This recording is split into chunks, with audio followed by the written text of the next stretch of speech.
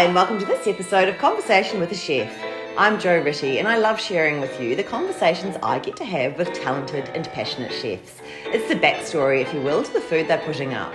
I begin today by acknowledging the Wurundjeri people of the Kulin Nation, traditional custodians of the lands and airwaves of Nam, where this conversation was recorded. Land which was never ceded, land where communities came together to eat seasonally, locally, and without exhausting resources. I pay my respects to their elders past and present, and to any First Nations people listening today. Desensi is an incredible chef and a lovely person. I've heard her name so often from other chefs I've spoken to who hold her in high esteem, and it was so refreshing to sit down with her at St George and hear how highly she regards the chefs that she has worked for and is now working for.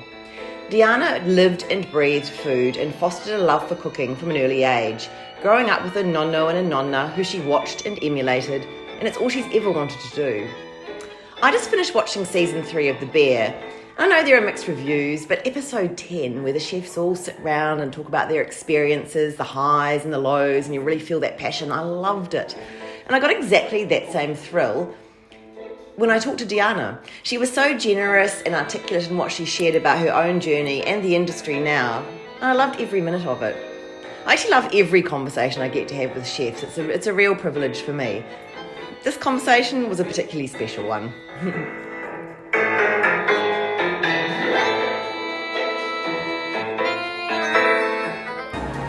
Thanks for your time. Oh, that's so okay. Nice to talk to you. It's a pleasure. I think we all need to sleep now. Sorry? We all need to sleep now. It's so much food. It's delicious. Yeah, we're feeders here. Karen and I have that in common. We just love feed people and be very generous enough. We just keep. It's so nice. Yeah, they've gone off to play frisbee now, the boys. So. To what, sorry? Play frisbee. Oh, nice. How great is that? So that's your husband? Our partner, yeah. Nice. Yeah. And he said to his mate that we were coming here, he's like, I'm in. I'll be in. Yeah, great. And they both, when they saw the ribeye, it was like, It's can't go past it. No-brainer, isn't it? Yeah, so good. And so I paid homage to Karen because she was obviously at the George Hotel. That's where she did at the wine room. So that's where she started her, I guess, her tenure as a chef. So that was one of the things she had on the menu there. So when we did the menu here, it was like a no-brainer to have that straight on. And how long has it been open here? 6 months actually. So we took over, it was like the 8th of January and opened up on the first week of Feb. Yeah. So only got pushed back a week, which was really good. It was a really fast turnaround. Yeah. I think Karen and Michael were engaged maybe October, and then it was 2 months later, and then we were in the doors. So it was Wow, so you've been here from the start? I was here from the start, but I was obviously in Byron at the time. Yes. And I was looking to. Oh, thanks. I was looking to come back to Melbourne after my year that was up there, and I was on the drive home, and Karen sent me a text message because one of my owners from Pixie is affiliated with Karen, so in some way, and she just always knew I was a massive fan. She goes, "Why don't you work for Karen Martini?" I was like, "Yeah, maybe, we'll see." And she was one of the big 3 in Melbourne that I've always wanted to work for, probably the last, so I've done the other 2 that I've always wanted to work for. And she texted me, and I was like, I screenshot sent to my sister, and I was like, "Is this a joke? Is this a prank?" And then I called her back, and I was like, "Hello?" She goes, "Hi, it's Karen." I was like, "No, really, who is this?" Yeah, I thought I was getting prank call in front of my friends. Yeah. So I literally resigned on the Thursday, and then by the Saturday I was on the phone to Karen, and then met up with her on the Tuesday when I flew back to Melbourne. We had a chat in Carlton, and that was it. I just said yes to the job after a 45-minute chat to her. I just felt really good about it. We got along really well. She's a wonderful human, and then she's a great chef as well. So it was just a no-brainer for me to come on board. So Amazing. Yeah. So how does it work though when you have someone like Karen Martini, who's the chef, and then you're the head chef? Yeah. How much say do you have in the menu and that kind of thing? Well, with Karen, it was actually a really, genuine, open conversation about that. I was really transparent about where I was in my career, where I'd come from, what I wanted to achieve. And she was so supportive of that. She'd had my food before at Montello when I was working there. I remember she came in one day for lunch, and we were fully booked on this Sunday afternoon on a long weekend. And Matt Walker just carried a table and literally made a table for her in the restaurant. Yeah. And he came in, he's like, "Just don't freak out, Dean." I'm like, "What's going on?" He goes, "So Karen Martini just walked in." And I was like, "Yep, cool." Take a deep breath. And I was like, "This is normal. This is completely fine." And she's one of my heroes growing up. She just paved the way for, chefs and female chefs in industry. And yeah, she had lunch, came in the kitchen, gave us all, just loved it. I remember I made her a tigeli at the time before tigeli were called in Melbourne. And then when she rang me on the phone, she goes, is this the same Diana that I met at Montelton? I was like, yeah, cool.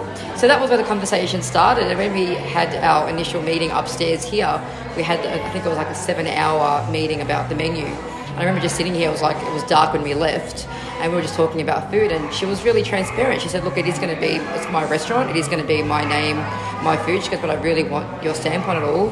And she's been great ever since. Like, we'll do the menu, and it's a very big collaboration, so she'll come with the ideas, and then I'll obviously taste, and there's not much you can correct with her food. She's really big on flavour, and I'm learning a lot about that, how to take everything to like that next level, and how to extract the most out of really good food and produce. And yeah, that's pretty much where we're at. So we'll collaborate on a lot of ideas. Pasta is very important to me, so she kind of lets me run amok with that. Oh my God, that pasta. Oh, did you enjoy it? The ossobuco. Oh, what was the, what do you call the pappardelle? Is it pappardelle? It's probably big and like... Yeah, so I do it very like a casalinga style, so very wide, like almost like a fazzoletti, really thin layers of, luxurious pasta, and kind of just encompasses that sauce. So yeah. It was so savoury and delicious, like so flavourful, that sauce. It was delicious. Oh, awesome. Yeah. Thank you. So good. And then the boys were saying that on the ribeye, just the way on that outer bit where it's all sort of going a bit crusty and caramelised, it almost tasted like blue cheese. Is that a... Well, it's a thing. So Karen really chases flavour with everything she does. So the crust that we do, there's a reason for it. It's heaps of coriander seed, heaps of fennel, heaps of salt, and we literally lather that ribeye in that crust. It gets hit on the joss, it gets hit on the asado, doesn't even go into the josper, it rests for twice as long as well. So that's all that's about, and we use a really good product, like we use McBean, Gary's and Perrine Market, so there's a no-brainer, like all those kind of flavours just pop in your mouth. And then in the leek with the goat cheese, the Roman beef, the ricotta, buffalo ricotta. Does it have some gingery thing in the dressing? So it's got miso. It's got miso horseradish. Oh, yeah. So again, just laid with flavour. Yeah, and it's only a dot on the bottom of the plate. It's such a small, and that dish has come around. Like, I remember when Karen first did that dish, she had this image in her head of what it was supposed to look like, and then a flavour profile, what it was supposed to taste like, and it was like a 5-day process to get that dish perfect. And everyone loved it from the day one, but chef was like, no, it's not perfect yet. It's not there. And then when she did it, I was like, okay, I get why you have come all this way now. And just learning that from someone as formidable as her, it takes her to a different level, and you kind of understand why you work for people like that as well. So. Yeah. And over like a 5-day process, is she or you, are you writing things down, or how do you... we text each other a lot. Yeah. I'll get messages at 4:30 in the morning. Yeah. She'll get texts from me at 1 o'clock in the morning when I finish work, and we'll just have a brainwave. It'll be like, chef, by the way, X, Y, Z, great idea, and we'll just random, like not even hello, it's just more like, hey, I was thinking we need to do this, and I'm like, I was thinking that too, and it's really good we bounce off each other, but then again, there is times where you can't keep up with someone like that. It's just a matter of you're chasing that goal. But she's so far ahead of the game. I don't think even she realises how far ahead she is with her palate and what she tastes. I'll make a dish for her. I got back from Italy and I did this pasta dish that I tried to harness from Milano, and she ate it and she tasted things in there that I forgot I put in that dish. And I was just like, I'm in a different ball game now. Like, this is just different league. So is that what makes the really great chefs? Definitely. Is the palate? Yeah, definitely. The palate, understanding food, flavour, but even understanding the fuel you're using. Like, I remember we had lunch here and we had the pie fillet, that we had the ribeye that you had today, and we were using a different fuel, different charcoal came in, and we just used it thinking, how much is this really going to affect the flavour of the meat? Karen walked into the kitchen, she's like, chef, you're using the wrong charcoal. And I was like, yeah, we are. And it was a supply issue. It was such a small thing, and from that I was just like, this is amazing. Like, I just love that we're pushed and bound that way, and it's not just near enough is good enough. Yeah. And that's why you're in it. That's why you work for these people that have just been around the block a few times. Yeah. And again, just aren't all about the Instagram post, but are about like when you're in the kitchen with them, you understand why you're there, and it's great company. You've worked with some amazing people. I've been really lucky. Yeah, because I spoke to Matt Wilkinson quite a long time ago when he was at Pope Joan in Brunswick. Yeah. And this is one of my embarrassing moments where, like, I walked in and there's a super cool young woman behind the counter, like really pierced tattoos, and I'm just like, I'm some old lady that's here. I just stood there, I was so awkward, and I went, I'm here to speak to Matt from Conversation with a Shed, because I was so awkward, and then she just looked at me like, with a shed, and I went, I'm obviously with a chef, but you know, like that could work. Conversation with a chef. And she was like, I'll get Matt, and I was like, what? Pope Joan was really one of those cafes that really started it all in Melbourne as well. So he was he was one of the top three. I remember going to Jack Horner. He had a few restaurants, a few cafes around Brunswick when I was living there, and I remember seeing him behind the kitchen one day, and I'm like, oh my god, that's Matt Wilkinson, that's amazing, and really being blown away. And then one of my friends asked me to cater this private event just after COVID, and me and my sister were doing like private little dinners and just kind of cooking out of my apartment and just trying to just keep busy really. And I catered this event in Balnarring in Mornington Peninsula, and Matt Wilkinson was there. It was the Matalto family. That's what it was for. Right. And I just did food that I cook at home really, just a bit elevated. And I remember I did like a kingfish crudo with some cucumber and some garum, and I did my agnolotti del clean and a pork neck ragu. And Matt walks out of the kitchen. Matt walks out of the dining room and he's like, hi, I'm Matt. I'm like, yeah, I know who you are. I'm like, I can't believe this is you. And he was just raving, and he's like, oh, can I call you tomorrow? And I was like, yeah, but fine, give me a buzz. Here's my number and whatever it is. And then he called me 2 days later, and I was hired on the Friday, like a day later, as the head chef of Montalto. So it was just really like a kismet kind of serendipitous kind of thing. But that says a lot about you as well. So, I hope so. You're at the top of the game as well. Yeah, well, at that time I was really just in I kind of became full circle. I had a restaurant when I was 30. I owned I had like a goal in mind that when I was 30 I wanted to have a restaurant, my dream car, my dream house kind of, and I kind of achieved all that. I did it all really young. I was at the same business for 13 years. I worked with some very good business people, entrepreneurial kind of just really good people really, and had the business, did all that, and then I turned 30 and I was like, I've got it all now. And then at 33 I was like, all right, now I'm kind of bored-ish. And I learned everything about a business. And the food didn't play second fiddle to that, but it wasn't really the driving force of the businesses. So I just got bought out, I sold out of my contract. I was like, get me out of this somehow. And my mentor John, who's still a great presence in my life, was just go do what you got to do, get this out of your system, because I know you're never going to be happy if you kind of stay. And I went back to being a commie chef after being as a head chef and an owner. I went back to being a commie at 33 years old, and I went to scary. I had to interview again after 13 years of being in the same restaurant. John hired me when I was an apprentice. And then I was an apprentice, and I became, I qualified there, I became a sous chef, I became the head chef, all in the one place. And I did stage while I was there a little bit, like I came and went a few times. And then when I was ready to leave, John said, oh, look, we're buying next door, and I really want you to be the head chef / owner. It was a no, so I took that on. And then after 4 years, I was like, okay, I'm done now. Like, this has grown to, it's still there, the business is going so strong. But I was kind of at my end of the road with food knowledge. And I was like, I really want to, there's more out there for me. I went to Point Leo. I remember I interviewed with Phil Wood as a no one. He's like, what are you doing? I'm like, no, nothing. I'm just a larder chef. I'd love to just be a commie larder chef. Took a massive pay cut. Wow. And moved myself to our beach house and started from the bottom. Worked my way back amazing up. Though, Phil. He was incredible. And he runs a really good kitchen, but I didn't learn from, I guess, in that restaurant, what I took out of that was I learned from everyone else around me.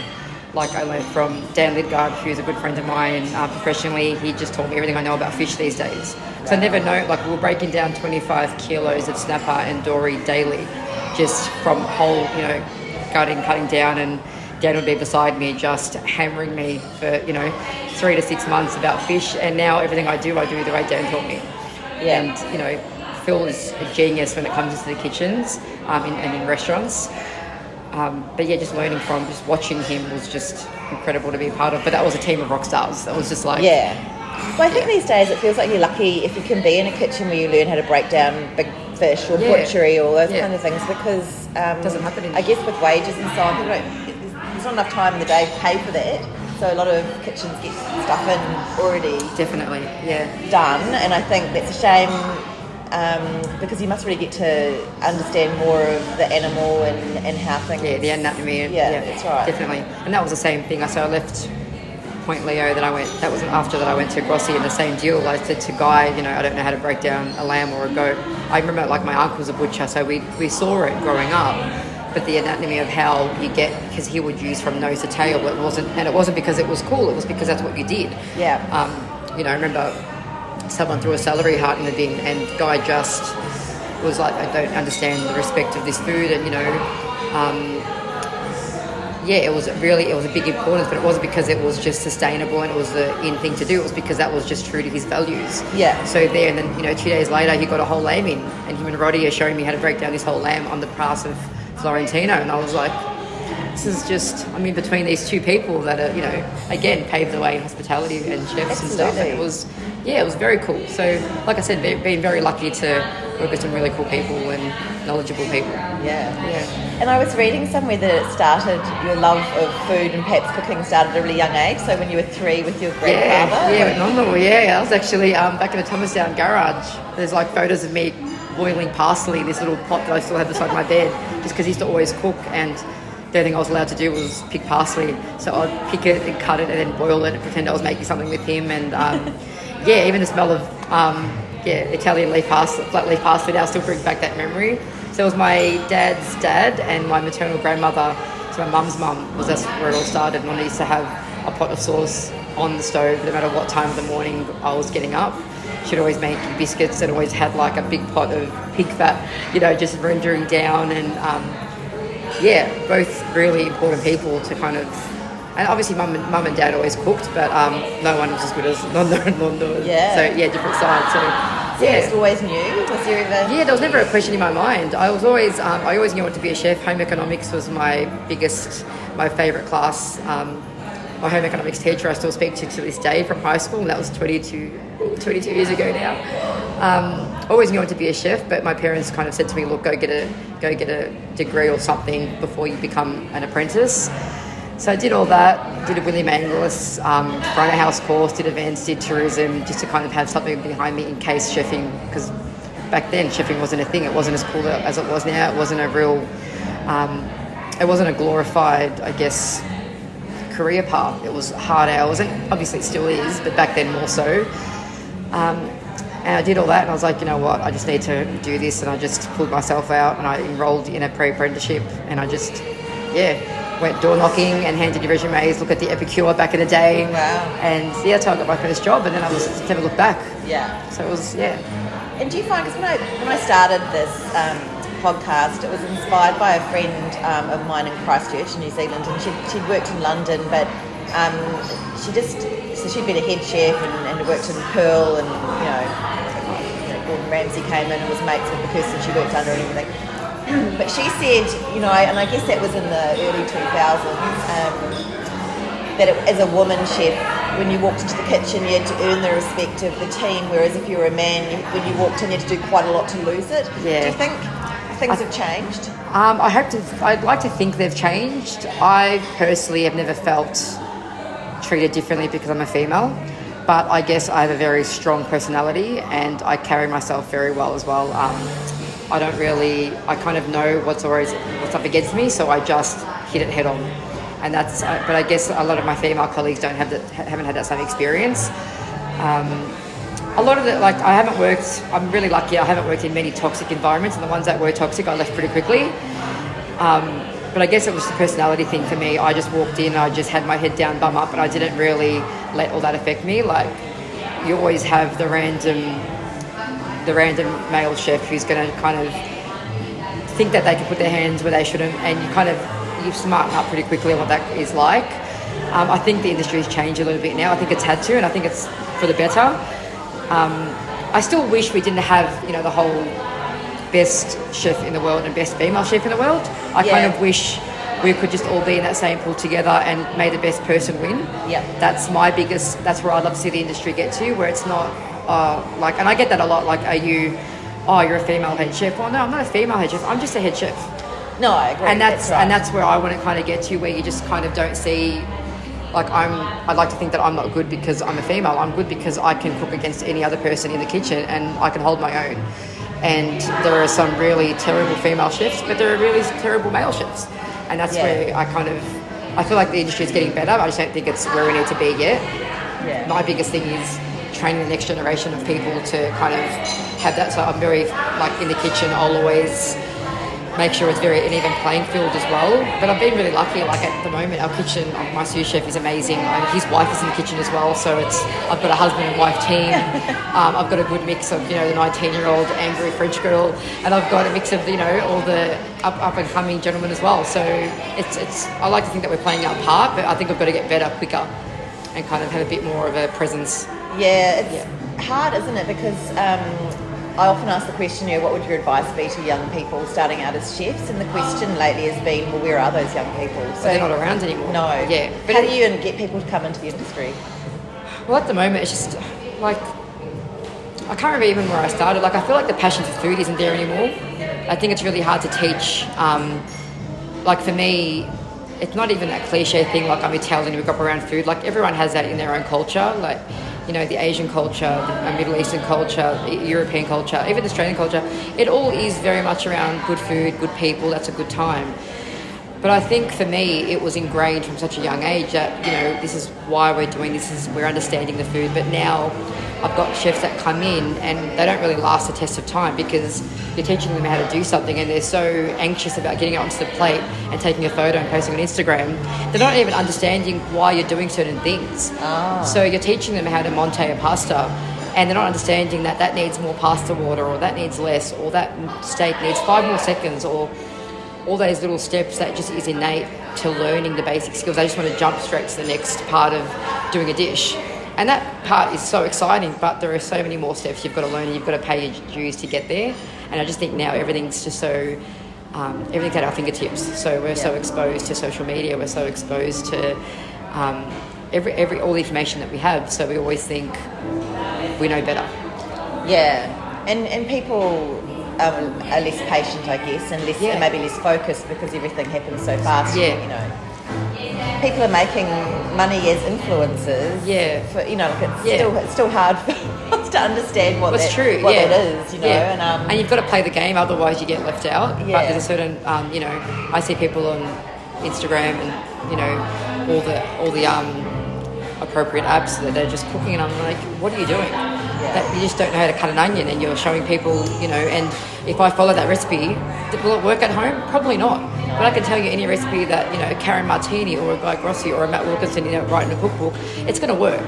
Yeah. But just, you know, be a bit more mindful about what you're reading, what you're buying, what you're listening to, and who you're listening to. And that's the biggest advice I tell the chefs. Like, they're so caught up in, oh, but that chef's really good, he's got this many followers. I don't care if he's got 6 followers. If the guy can't cook, the guy can't cook. Oh, that's right. Do you know what I mean? And that's where we're at. And John and I are a little bit old school like that. We just roll our eyes. We're going, oh, here we go again. Here's the next big thing.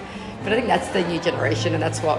And that's, and I think John, in every industry. Every industry, but I think John says it to me at least 5 times a day. I'll say something, and then you'll hear a remark, and John's like, "This generation." He'll throw his hands up in the air, like, "You are this generation." You know, like, we're not that old, but we do feel it because it was that jump. We were in a kitchen when the head chef said this, and you'd say, "Yes, chef. How many bags full, chef?" And now you get questioned. I have to actually justify if I say something. People will say, "Oh, but are you sure?" And I'm like, "I don't say anything unless I'm sure, guys. Come on." Yeah. And it's different because I'm playing that nurturing head chef role now. I'm not that young person I was 10 years ago. So it's very different because I do want to engage that next generation, and I do want to make sure that I'm playing my part, because I know how important it was to have role models in the kitchen, and I still speak to all mine. And they play a massive part, and I want that for the next generation as well. So yeah. I saw some of your photos of your trip to Italy. Oh, yes. Not that I was stalking you. I put a lot of photos up from Italy.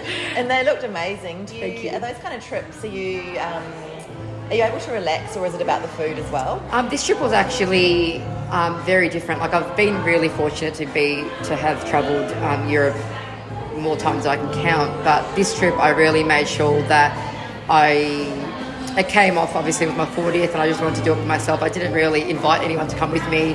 I was kind of like, see you guys, I'm out, one-way ticket kind of situation, which I ended up booking to come back because obviously I had this really good job here.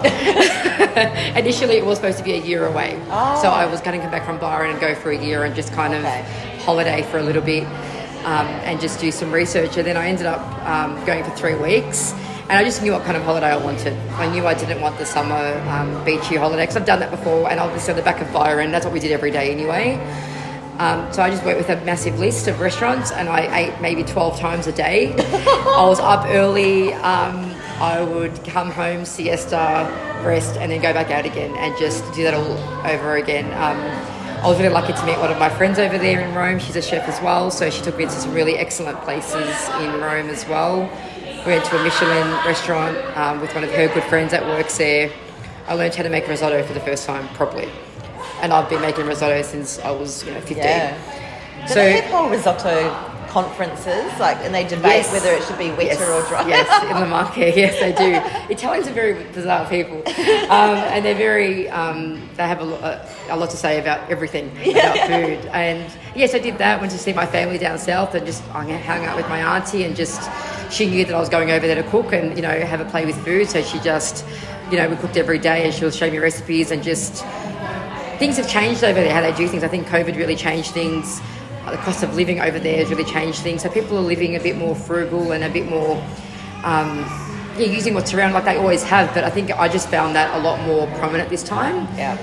So just did that. And again, to remember all that stuff, or does it just become part of your repertoire and DNA, or do you take photos? Do you write? I take a lot of photos. I have notebooks, but it's all just ingrained in my mind. Yeah. Because I was by myself as well, I just had the time to take it all in. Amazing. So I was talking to providors, I was talking to butchers, I was talking to the taxi driver. I remember that was the last conversation I had with the guy that drove me from Milano to the airport, and we were talking for an hour and a half about different ways to make lasagna. And I will make the lasagna that way now from here on out, because he was just so passionate about it, and just you pick up from everyone. And it was just, when you're in that culture, it's really hard not to grasp every little thing. So it was amazing. It was incredible. It was probably one of the best trips I've gone on, and I know everyone's going to be uproar about that, because I've had some really incredible trips, but that one was up there. It was it was pretty special. Amazing. Yeah. Thank you. So good. It's nice to talk to you. Yeah, likewise. So I think your name keeps coming up when I talk to other chefs, and I've sort of seen snippets, and I'm like, oh, this is my chance now. I've been around the block a few times. I've worked with some really good people, so yeah. Great. Thanks. Thank you so much for listening to this episode of Conversation with a Chef with Desensi at St George. If you liked what you heard, you can jump on Instagram at stgeorge.stkilda to see all the delicious food. If you'd like to hear more stories from other chefs, I'm on Instagram at Conversation with a Chef. You can read the chat and become a subscriber at www.conversationwithachef.com, and of course you can follow me on Apple and Spotify podcasts. You could even leave a review, that'd be amazing. I would love it if you told a friend about my chats, because it's still the best way to get the stories out there. Once again, thanks so much for listening. Have a great day. Bon appétit.